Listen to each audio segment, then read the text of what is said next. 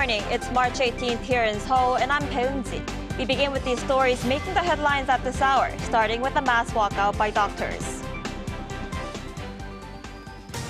As the walkout by trainee doctors continues, professors from 16 medical schools across the nation have also decided to submit their resignations in support, worsening the crisis. Voting in the Russian presidential election ended Sunday, and early results show Vladimir Putin is set to easily win his fifth term as the country's leader. This would give him another 6 years in power until 2030. North Korea fired a ballistic missile this morning. This is the first time in about 2 months that the regime has engaged in a ballistic missile test, after claiming to have successfully launched its solid-fuel hypersonic missile in early January. It's already been a month since thousands of junior doctors walked out on their jobs in protest over the government's medical school quota hike. Now, professors from medical schools have decided to follow suit starting March 25th. Our Kim Bo-kyung starts us off. Junior doctors are not alone in deciding to walk away from their work sites.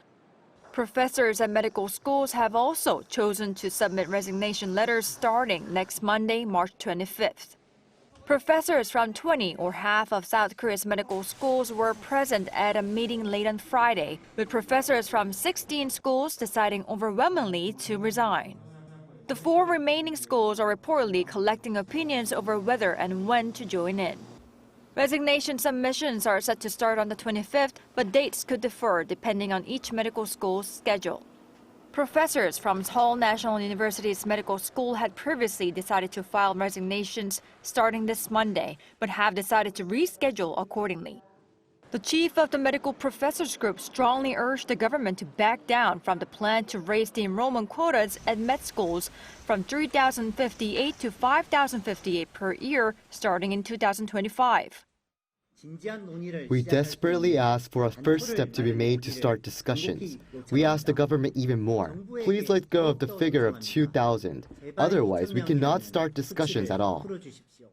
To this, Health Minister Cho Kyu-hong expressed serious concerns during a meeting at the Central Disaster and Safety Countermeasures headquarters held on Sunday. While underlining how the decision by professors could be a great threat to patients' lives and health, the minister urged professors to work with the government so that trainee doctors could return to duties.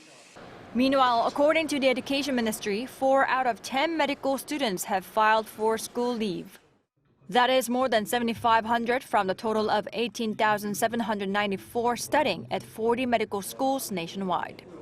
Kim Bo-kyung, Arirang News. Russian President Vladimir Putin is on the verge of winning his 5th term as the country's leader, with overwhelming support. However, Ukrainian President Volodymyr Zelensky slammed Putin for being power-hungry and said he should be tried at The Hague for war crimes. Our Lee Seung-jae has more. To no one's surprise, Russian President Vladimir Putin is set to win his 5th term as the country's leader. According to a number of Russian opinion poll organizations, exit polls show that an overwhelming number of voters had picked Putin. Russia's Central Election Commission also revealed that with 60% of the votes counted, Putin had an overwhelming lead, with over 87% voting for the incumbent leader. On the verge of winning yet another presidential election, Putin on Sunday called on Russia to become stronger and more effective, thanking the Russian people for voting. He also mentioned the soldiers fighting in what he referred to as special operations against Ukraine, while emphasizing that the source of Russian power is the Russian people. A win for Putin will mean he will be in office until at least 2030, when he will be turning 77, making him Russia's longest-serving leader since Soviet dictator Joseph Stalin. Putin has had little to no challenge during his rule, with most opposition candidates either dead, jailed, or barred from running for office. Russian presidential elections were held every 4 years until the law was changed in 2008 to extend the term to 6 years, while more constitutional changes in 2020 removed the presidential term limits. However, one person ensured that Putin didn't get her vote, as Yulia Navalnaya, the widow of Alexei Navalny, said Sunday that she wrote her late husband's name on the ballot. Navalny supporters also held demonstrations at polling stations throughout Russia while voting for other candidates or invalidating votes. In a video message on Sunday, Ukrainian President Vladimir Zelensky criticized Putin, calling him sick with power, adding that the Russian leader is willing to do anything to stay in power. Zelensky also stressed that everything Putin has done in occupying Ukraine is a crime, emphasizing that he should be tried at The Hague for war crimes. The Ukrainian leader also said that there's no legitimacy in the Russian elections. 이승재, Arirang News. As widely expected, Russian President Vladimir Putin is set to win the presidential election after 3 days of voting up to Sunday. This will give him another 6 years in power until at least 2030. For more details on how this will affect the global landscape, we're joined by Professor Joel Atkinson. Welcome to the program. Yeah, good morning. It's my pleasure. Good morning. The election came as the Kremlin looked for a high turnout. Russia says the figure already surpassed 67.5%, the number recorded in 2018. So how is this year's election different from previous ones, and what's your take on the voter turnout? Yes, Moscow worked hard to achieve a high turnout. There was quite a bit of manipulation, and even some coercion appears to have been involved. At the same time, Putin appears to be broadly popular. At more than 73%, the reported turnout is higher than in 2018, so that sends a signal that his regime is stable and in control. I think the biggest difference, obvious difference this time, is the war Putin started with Ukraine. Putin worked hard to project a sense of normalcy, but there were nevertheless some disruptions from Ukrainian bombardments and drone attacks during the three-day election. The other big change is that major opposition figure, Navalny, died in an Arctic penal colony this February. He was poisoned with a nerve toxin in 2020. Any serious challenges have been suppressed and kept off the ballot, and 3 token rivals from Kremlin-friendly parties were allowed to run against Putin. Right. And Russian voters were seen protesting against Putin's re-election. So what impact will the election results have on Russia's domestic situation? Yes, there were protests. There was some green liquid poured into ballot boxes, etc. And that was apparently in homage to Navalny, who was attacked by an assailant who splashed green disinfectant on his face in 2017. There was also a Noon Against Putin action with people urged to vote at 12 noon, writing in a protest vote. Some thousands of Russians may have participated. Still, Putin has tightened his grip on power. He's currently 71 years old. He's been in power now for more than 20 years. And this new term he just gave himself, after that, he would have been in power longer than Stalin, longer than any Russian leader since Catherine the Great in the 18th century. But yeah, who knows what the future holds? The war is placing considerable strain on society and the economy, so we'll see what happens. Right, and it's been more than 2 years since Russia's full-scale invasion of Ukraine, and Ukrainian drones targeted Russia on the final day of voting. How will another 6 years of Putin affect the Ukraine war? Yes, so the war is now in its 3rd year. Putin seems confident that it is turning in his favor. US support to Ukraine is being cut back due to partisan squabbling ahead of the November elections. We could see Donald Trump re-elected and also support to Ukraine halted. The Russians have a growing advantage in firepower and are slowly advancing. The Ukrainians are on the defensive. But I think Europe is belatedly moving with more urgency to supply weaponry. Ukraine is striking deeper into Russia with drones. So while Putin certainly has reasons to be optimistic, I think there's a long way to go yet. Absolutely. As for ties with South Korea, the bilateral relations have been strained for a while now. So how will 6 more years of Putin affect the two countries' relations? Yeah, so relations are the worst they've been since the end of the Cold War, really. The latest development is that a South Korean man associated with a Seoul-based Protestant charity was arrested for espionage in Vladivostok. It'll be very difficult for things to get much better while Putin remains in power or his Ukraine war continues. Putin is unhappy with the Yoon administration for participating in sanctions and for indirectly supplying Ukraine with artillery, ammunition, and so on. So Seoul's not going to stop. Not only would it alienate partners, particularly the US, but it is also not in South Korea's interest to see Putin's aggression in Ukraine succeed. But of course, if Donald Trump returns to the White House, then the whole dynamic could change quite dramatically.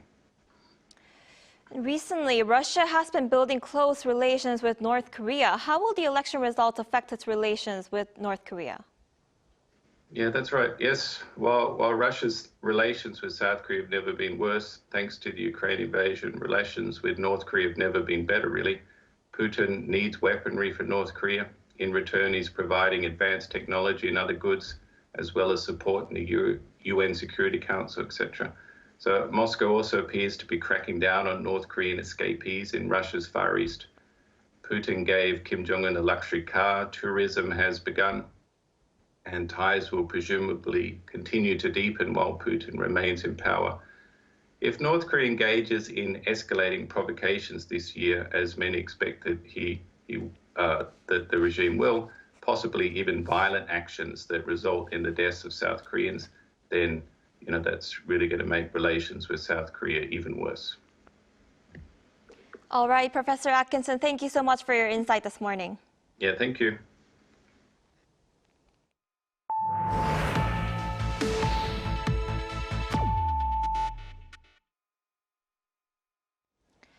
The third Democracy Summit will be held in Seoul for 3 days starting on Monday, continuing the initiative to protect societies from various threats to human rights, freedom, and other democratic principles.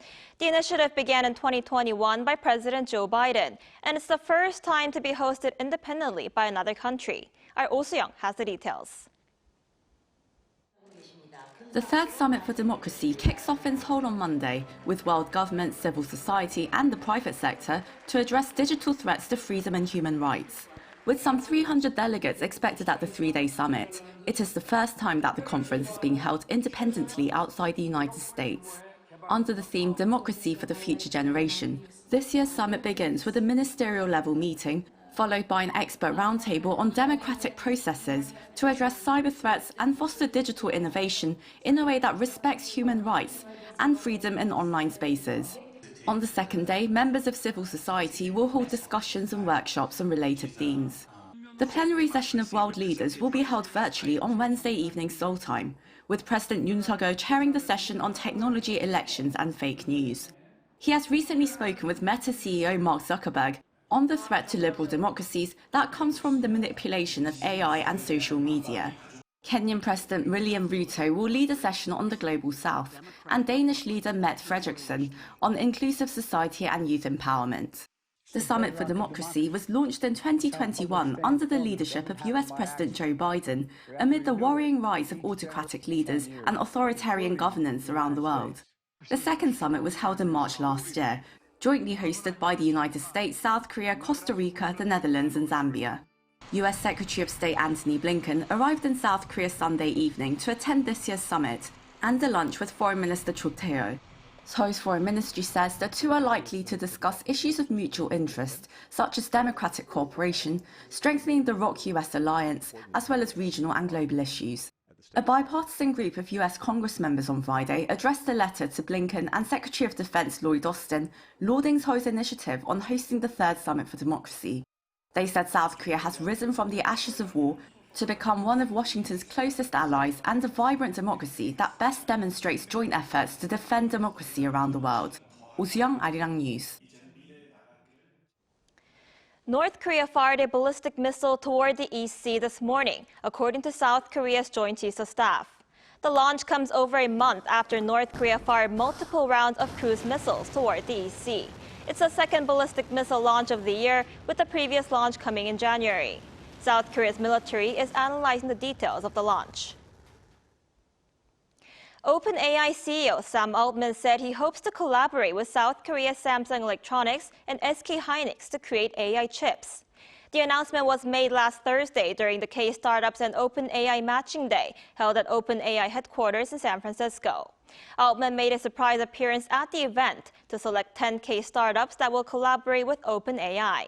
When asked about the possibility of a collaboration between the U.S. AI company and Samsung Electronics and SK hynix in manufacturing AI chips, he said he's visited the two companies twice in the past 6 months, calling them fantastic companies. Altman visited South Korea in June 2023 and January this year, and his visit attracted attention amid reports that he was working to establish an AI semiconductor alliance to develop his own AI semiconductor. President Yoon emphasized the importance of playing sports for children as he showed off his batting skills in front of MLB players. This came on Saturday during Yoon's visit to a baseball event at Yongsan Children's Garden, where children learn from players from MLB San Diego Padres, visiting the Seoul series, including Kim Ha-sung. Yoon encouraged the young baseball players to cherish this experience, saying playing sports will help them become good leaders. The event was hosted by former MLB star Park Chan-ho, who boasts the most career MLB wins of any Asian-born pitcher. Yoon gifted Park a picture of them both at the White House State Dinner, while Park gave the president a glove made to celebrate 30 years since his debut. 300 children from elementary school teams, U.S. Forces families, and multicultural families also attended the event. On the cultural front, recent data from the Korea Tourism Organization showed that of the 11 million overseas tourists who visited the country last year, more than one-third were 30 years or younger. The Harvard-Radcliffe Orchestra from the U.S. is among them. It's currently touring Korea until next Monday, and our Song Yoo-jin spoke with some orchestra members on why they chose Korea this time and what we can expect.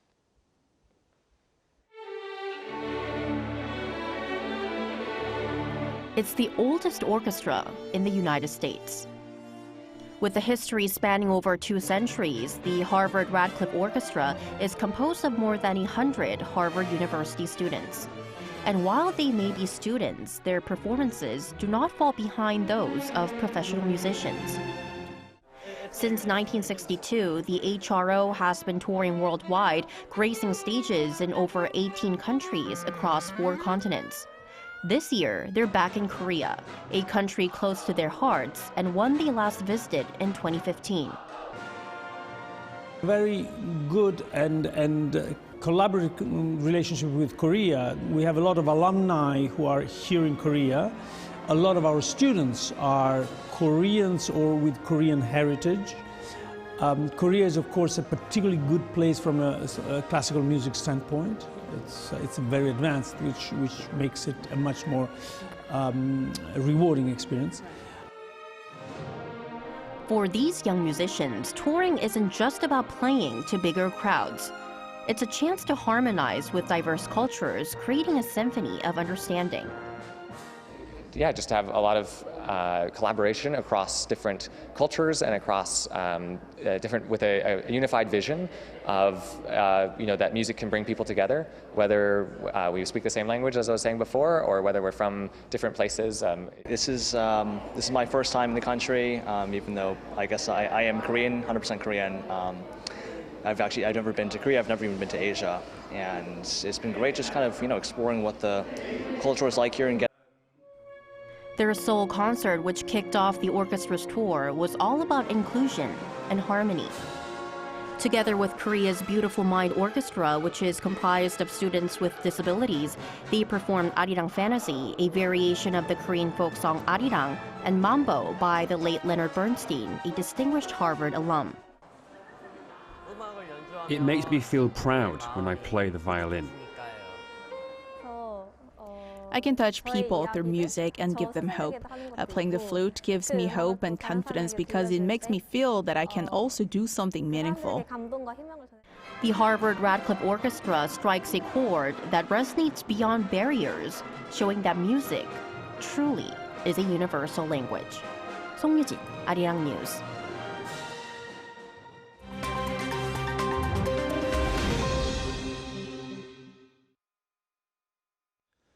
Good morning, I'm Kim Ji-young, and now we turn over to stories from around the world.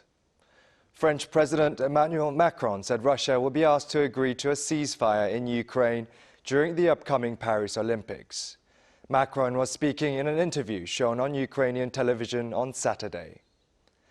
In response, Russian Foreign Ministry spokeswoman Maria Zakharova said France should first stop its weapons supply to Ukraine, adding that Macron should have proposed the same ceasefire for the Middle Eastern conflict.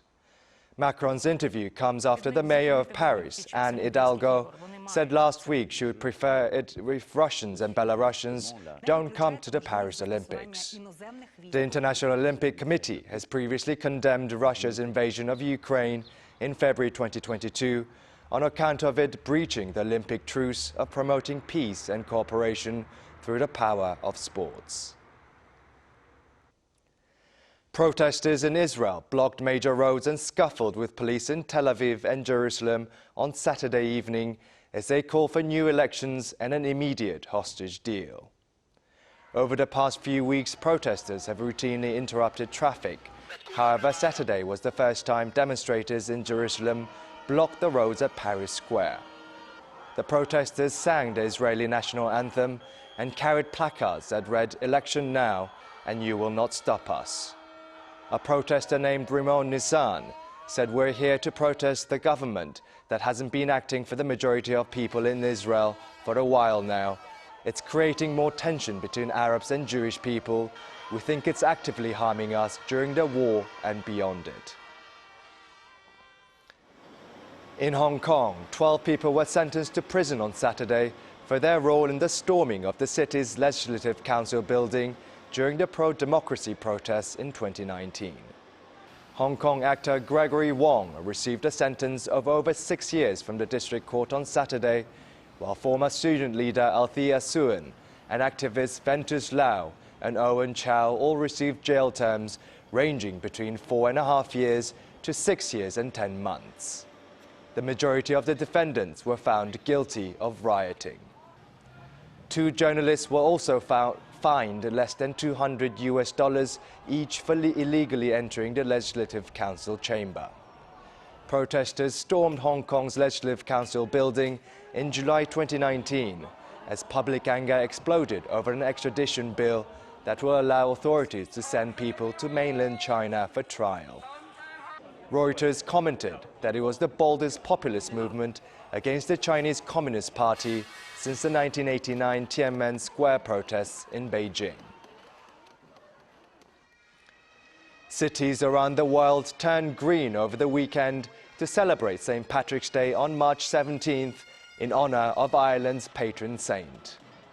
In central Tokyo, bagpipers, marching bands and dancers performed around Harajuku, celebrating the Irish tradition with green outfits and shamrocks.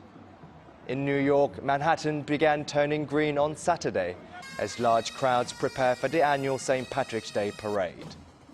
Politicians and members of the New York City Fire and Police Services march alongside performers and bands on Sunday. Ireland's victory in Rugby's Six Nations on Saturday added an extra dimension to celebrations as the Irish took their second title in a row.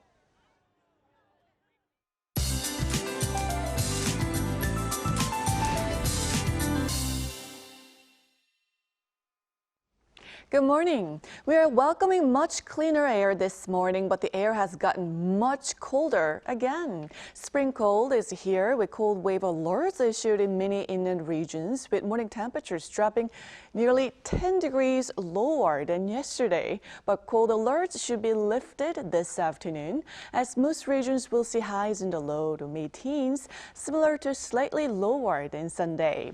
Seoul goes up to 13 degrees, Daegu topping out at 16 degrees Celsius. Mostly sunny skies in store across Korea. Meanwhile, eastern parts of the country and Chungcheong-do provinces are under a dry weather advisory along with strong winds. Fire safety is a must.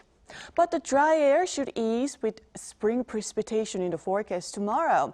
It will either rain or snow from central and Jeollabuk-do province, gradually spreading to the rest of the country. Meanwhile, mountainous regions in Gangwon-do province will see snow instead. Be mindful of chilly mornings this week and do dress accordingly. That's Korea for you, and here's a look at the international weather conditions.